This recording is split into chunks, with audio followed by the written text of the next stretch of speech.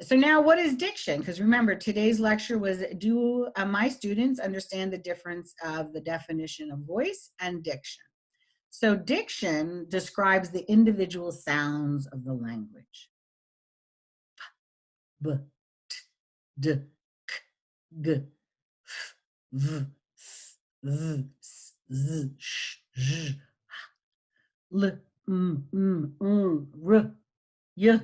Those are your consonants, okay? So that's individual sounds.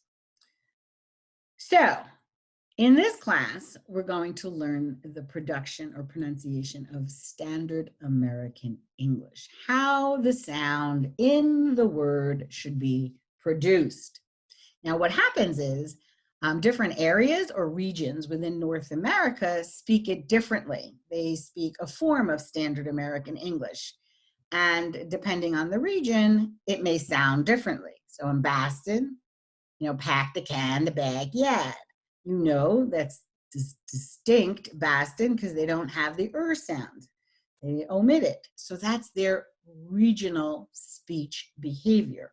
And we shorten it to regionalism. So in the South, they add 3 sounds to a vowel sound. That's their Southern speech behavior called a regionalism. So here we have our regional speech behaviors. And in most cases, we leave out sounds, we substitute sounds. That makes it very distinct of what is called a New York regionalism. People that don't study this in class, call it a New York accent.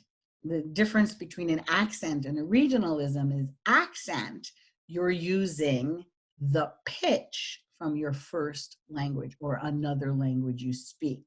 So people really don't know the definition of accent. So they just lump everything together. But when you take a voice and diction class, an accent is from your first language or another language that you're speaking. So if I were learning Spanish, I'm going to have an American accent in speaking Spanish, right? ¿Dónde está? If I were in school, ¿dónde está? Right? You ever hear Americans speaking English? I mean, Spanish, they don't have the pitch. Anybody here speak Spanish like that? Using your first language, your American English language, in your second language's production. No? Okay. I know when my son was 8th grade, you learn languages. He was in his room and the door was closed and I kept hearing these sounds. And I'm like, he must be reading Harry Potter, because that's the time Harry Potter came out. And I said, okay, he's doing the witch's brews or whatever was in Harry Potter. So later on that evening, I said, I didn't know you were a Harry Potter fan. He goes, I'm not. I'm like, because I heard you. And it sounded like you were doing like a warlock spell or something. Goes, no, I was practicing Spanish. I was like, okay. Yeah, didn't sound like Spanish to me. Okay. Comments. Okay, have any of you visited other areas where you may have, now you know the different definition of regionalism, where you may have heard a different form of standard American English based on the region they're in?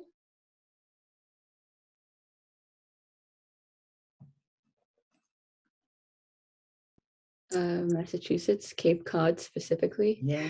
Oh, yeah, right. They don't have ers, all part of that Boston, that Massachusetts experience.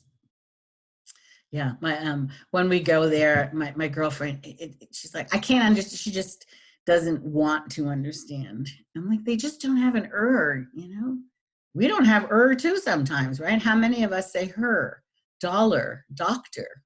We say dollar, doctor. We don't have it either, but our ears are used to it here. And when you take us to a different climate, we're like, no, I automatically don't understand anything they say. So here it is. we want to be easily understood by all. So if I were teaching this course in Boston, we're going to eliminate their regional speech behavior and give them some sounds. So what is Standard American English? Standard American English are the 43 to 44 sounds we make, all of the smallest unit of sound. B, t, d, k, g. Okay? A, I, O, U, U, U. Okay? So between consonants, and we're going to add another word in a minute. So the reason why there's a difference here, in this class, one sound is eliminated. This class is generally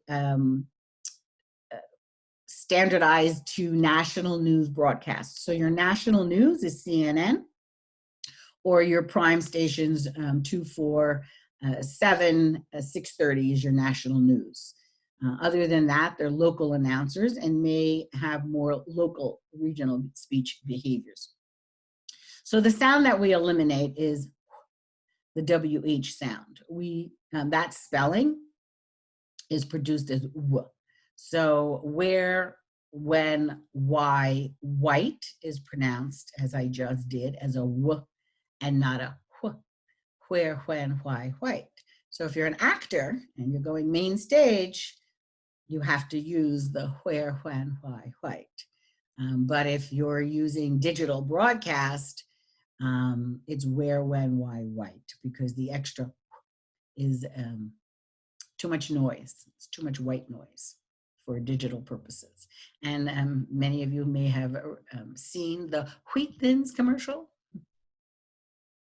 So we eliminate that sound from our study. Okay, so what are the individual sounds of our language called? They're called phonemes. So you will hear me use the word phonemes. And how do we learn how to say these phonemes properly?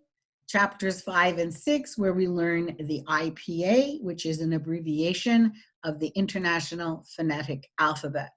So just as I said before, in a word like her, when you see it phonetically, okay, I'm just going to share my white screen. You know exactly which sounds are omitted or substituted. So let's take a look at, here's the word her, right? And phonetically, which we don't learn yet, oops, it's a, oh, I don't have my keyboard. Okay, because there is I'll just write it in. This is the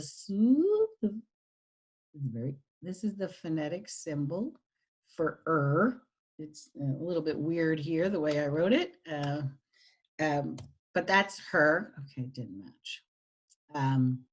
So you can see you need to make the sound compared to how which is, and then phonetically, when you say it's this symbol. I'll just put the, you're missing this so it's instead of her. So by knowing the IPA, you know which sounds you're substituting with each other. And that's why we learn the IPA in our later chapters. Okay, so where were we? Oops, that's not where we were. I see now I pulled up the wrong screen. Okay, no, why do I keep picking the wrong screen? All right, difference right here. Okay, there we go. So the phonemes, the individual sounds of our language are broken up into consonants, vowels, and diphthongs. So consonants, d, k, g, f, v, th. We have two th sounds, meaning we have the same spelling for think as the, but that spelling has two sounds. Then we have, and you're going to have two different IPA symbols because sometimes we mispronounce and use the th where we should be using the th. For example, the word WITH. Okay. What do you think that TH sound is? Is it a th or a th? Just take a guess, somebody. With is with. Yeah. If you say the word without, you can hear the z. It's just that when we cut it short, it takes longer to say the z with. So we substitute it. So isn't this fabulous? And then we have z, zh, like pleasure, y, like yellow, j, like judge, and then You don't realize you have an or ng spelling like long, or nk spelling like monkey. So these are all consonant sounds, and you can hear them. I gave you the examples, so when you're reading your notes, you know that phonemes are broken up into consonants, and here are your consonant sounds. And then we have vowel sounds. I know from 5th grade, A-E-I-O-U. Yeah, but how many sounds does A-E-I-O-U make? Well, they told us long and short, ate and at. Well, let's take a look. What happened to aw, like talk? What happened to ah, like father? What happened to like away? So now you can realize why we don't really speak standard American English. They limited us. They figured osmosis. They'll learn it one day. No osmosis. Diphthongs, new word, 2 vowel sounds combined. So we have vowel sounds that have actually 2 sounds in them, and this we call diphthongs. So we're going to take one sound. The word mine, we're going to take the diphthong I. How do you know it's a diphthong? Look at my mouth. Went to 2 different places. I. Or else it would just be man. That's man. It's my. It's mine. Okay. Same thing with ow. Look at that. Out. Can't just be Go outside. Please go outside. It's ow. Outside. Oi, oi, and then you can't see your mouth doing it too much, but the other ones you can. So, what is the difference between voice and diction? Voice has the properties of volume, pitch, duration, quality. Diction is also sound, but it's the individual sounds of our language called phonemes. We have 43 to 44 phonemes, and they are divided up into consonant sounds, vowel sounds, and diphthong sounds.